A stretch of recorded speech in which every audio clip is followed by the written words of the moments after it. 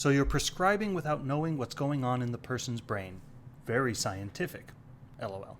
Let's talk about this comment because it's a very understandable and reasonable stance to take. So as always, do not harass this commenter for making an understandable statement. But it brings up a really important point in medicine that a lot of people don't really get.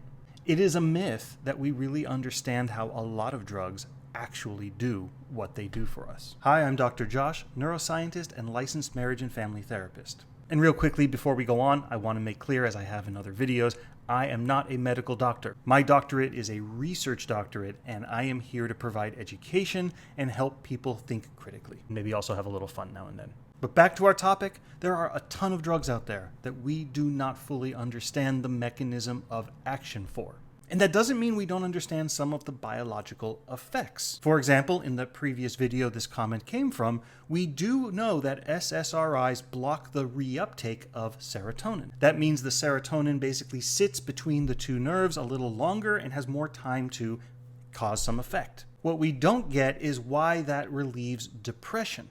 Because people are depressed without low serotonin levels, and so it is not simply that increasing serotonin causes the depression to go away. And yet, in a clinical trial where you compare to placebo, there is a real, meaningful, significant effect. But this extends well beyond psychoactive medications, mental health stuff. And you want to know an example that probably every single one of you has taken?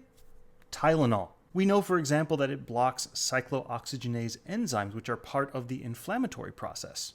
But we also know that effect is fairly weak and definitely not enough to cause the pain relief that most people experience. We also recently learned that it also acts on the CB1 receptor. That's one of the cannabinoid receptors that also interacts with smoking magic broccoli. Another example are a lot of the anesthesia medications we use.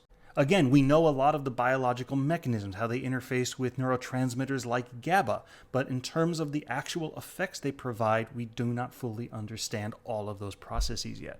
And yet at the same time, we can still know that they cause the effect because we can compare using that drug to not using that drug to see whether or not it does the thing we want it to do.